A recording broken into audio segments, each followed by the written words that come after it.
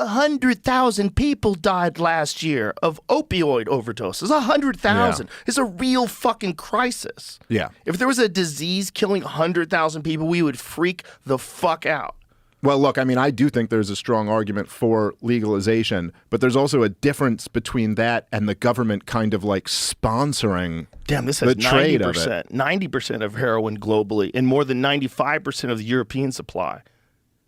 More land is used for opium in Afghanistan than is used for coca cultivation in Latin America. Bro, you don't think that has something to do with it? Am I silly? No, I think it's insane to ignore that. I mean, like, Where's come on. that money? Yeah.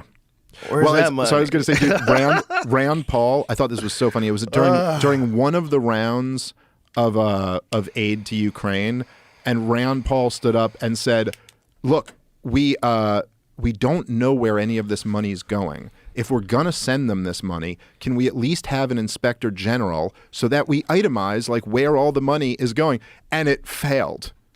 The vote failed. Like even in the That's Senate, communist talk. Yeah, like even in the Senate, they were like, "What? What are you talking about? Communist talk. We're gonna know where our money's going? Nah, that's lame. Yeah, we don't just need send to it know. over there. Just send them that shit. Send them everything they need and more. And then, do you have one of their flags? You should wave it around. Yeah, and we'll provide Wave it the around flags. in Congress. We'll provide give the you flags. Don't we'll worry. Give you flags. They're all uniform, same size. It's not like people bought them from different vendors. No, they all got them from the same. Well, they got a box of them. Hey, make sure you guys grab your flags. It's fucking bonkers. It's also just so the thing that's so wild to me is that after, and I know I've talked about this, I'm sure, on previous episodes, but just after 20 years of the terror wars and what a disaster those were, and to the point that everyone agreed. John McCain wrote in his memoir that the war in Iraq was a mistake. That's how universally agreed upon it is. Which is that the hilarious. even John McCain would acknowledge we got that one wrong. So, and it's not like anyone else is defending any of the other terror wars at this point. But then as soon as we kind of get out of them, we're not even fully out, but we're mostly out, we just get into these proxy wars in Ukraine and now in Israel that are clearly wars of choice for America. Like, we don't have to be involved in these. We're just still deciding to continue this war machine going. These last two are really important. When they get done, we're done. Yeah. That's right. These that's right. last This two. is it. This is it. Right.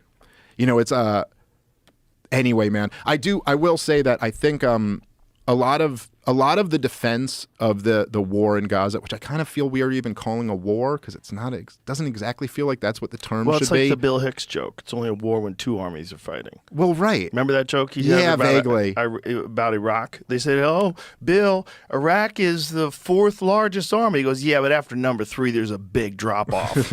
Right. He goes, "The Salvation Army's number 5." Yeah, that's a great bit. It's a great bit. Well, I mean, but he had look, some great but bits in the about case, the war. but in the case of Gaza, it's not even like there's not even a government. I mean, they're a stateless people who have been captive by the Israelis since 1967, And so- then they're captive politically in their own country by Hamas. right? And then Hamas does do what this accusation is, that they have their bases under schools and hospitals. They actually do that. Yeah, I think it's certainly exaggerated at times by the Israelis, but there is no question that they are. Look, they're in this.